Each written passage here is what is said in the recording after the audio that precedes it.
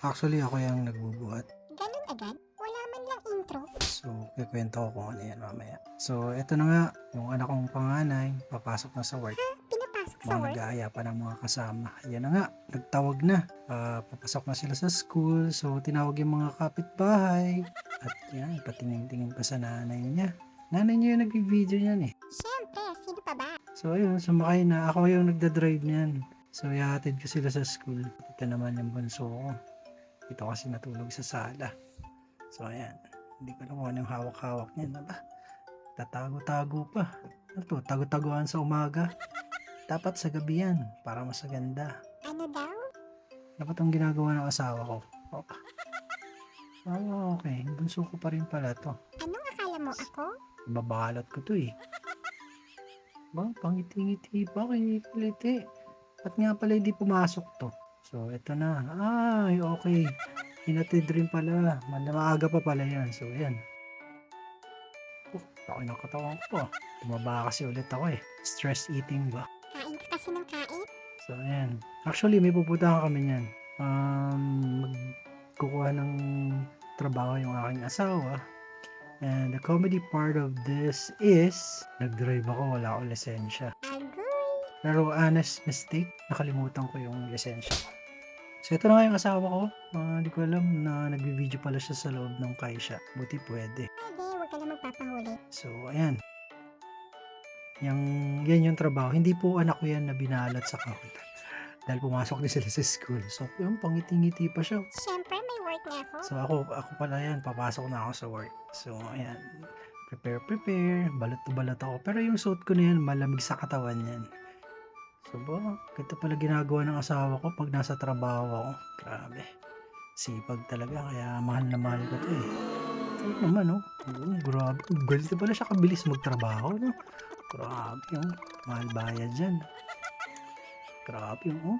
Sobrang bilis. Ganun pala yun. Tapos, so ito na nga yung gagawin yung trabaho. So, nirefer ito ng aming kapatiran sa church.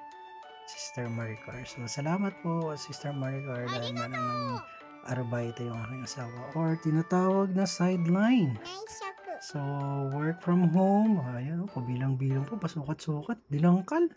Kalahin mo yun. Nagamit niya yung mga larong pambata dati sa dangkal-dangkal niya ngayon sa trabaho. So, actually, madali lang naman siya gawin.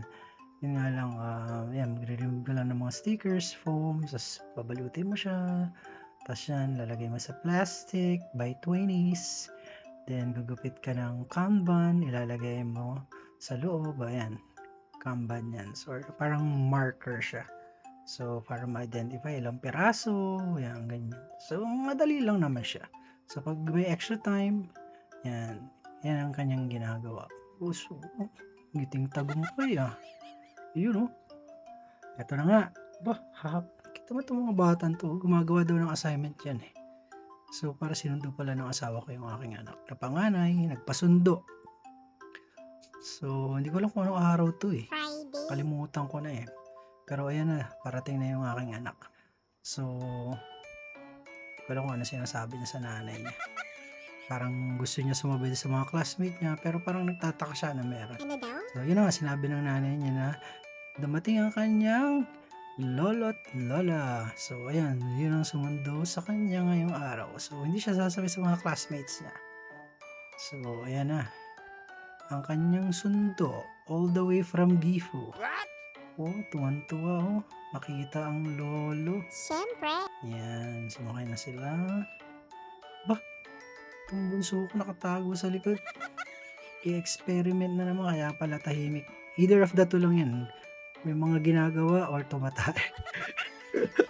Sorry, mukhang hindi naman siya nag-poops. So, yan.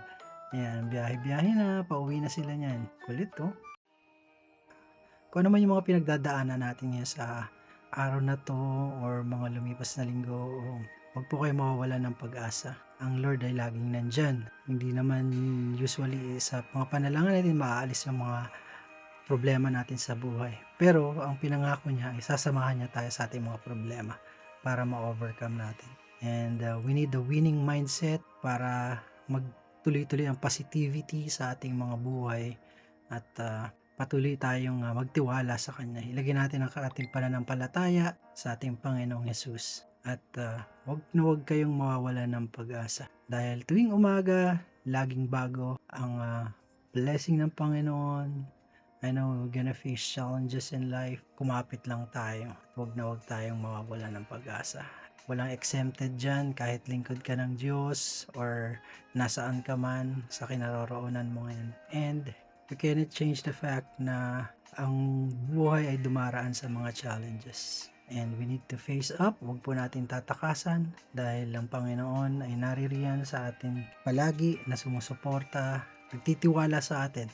Kung sa tingin mo wala nang tiwala ang Diyos sa'yo, baguhin mo yung kaisipan na ganyan. Dahil ang Panginoon ay nagtitiwala sa'yo na makakayanan mo ang bawat problema na dumarating sa ating mga buhay. Ituloy mo lang kung anong naumpisahan mo. Ups and down man ang buhay, hindi ibig sabihin wala ng pag-asa. I'm sure, maraming beses ka na ring nabangasan sa buhay mo ito.